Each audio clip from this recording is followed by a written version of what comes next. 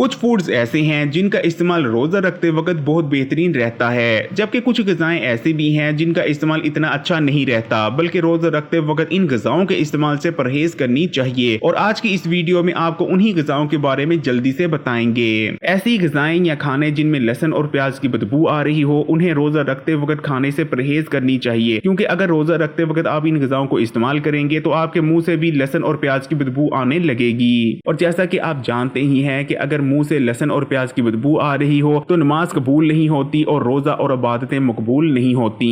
इसलिए जब भी सहरी के लिए खाना पकाएं तो खाने में लहसुन और प्याज को अच्छी तरह से भून लें, ताकि खाने में लहसुन और प्याज की बदबू बाकी ना रहे। रोजा रखते वक्त चाय और कॉफी का भी ज्यादा इस्तेमाल नहीं करना चाहिए, बल्कि रिकमेंडेड तो ये है कि आप चाय और कॉफी का बिल्कुल भी इस्तेमाल ना करें, क्योंकि अगर आप चाय और कॉफी को इस्तेमाल करते हैं तो आपको ज्यादा पेशाब आएगा और जितना भी आपने पानी इस्तेमाल किया होगा वो तमाम का तमाम आपके जिस्म से बाहर निकल जाएगा और पूरा दिन आपको बहुत ज्यादा प्यास की शिद्दत महसूस होगी। बल्कि चाय और कॉफी की जगह लस्सी और दूध वगैरह का इस्तेमाल करें। पानी हिसाब से और जितनी जरूरत है उतना ही इस्तेमाल करें, बहुत ज्यादा पानी इस्तेमाल ना करें, क्योंकि अगर आप बहुत ज्यादा पानी इस्तेमाल कर लेते हैं तो आपको बहुत ज्यादा पेशाब आएगा। आपने जितना भी पानी पिया होगा वो तमाम भी पेशाब के रास्ते से निकल जाएगा, बल्कि आपके जिस्म में मौजूद कीमती इलेक्ट्रोलाइट्स भी बॉडी से बाहर निकल जाएंगे, जिससे आपको और डिहाइड्रेशन होगी। चावलों के बजाय गंदम की रोटी इस्तेमाल करने की कोशिश करें, दही इस्तेमाल करें, खजूरें इस्तेमाल करें, अंडे इस्तेमाल करें और कोशिश करें कि शोरबे वाला सालन इस्तेमाल किया जाए।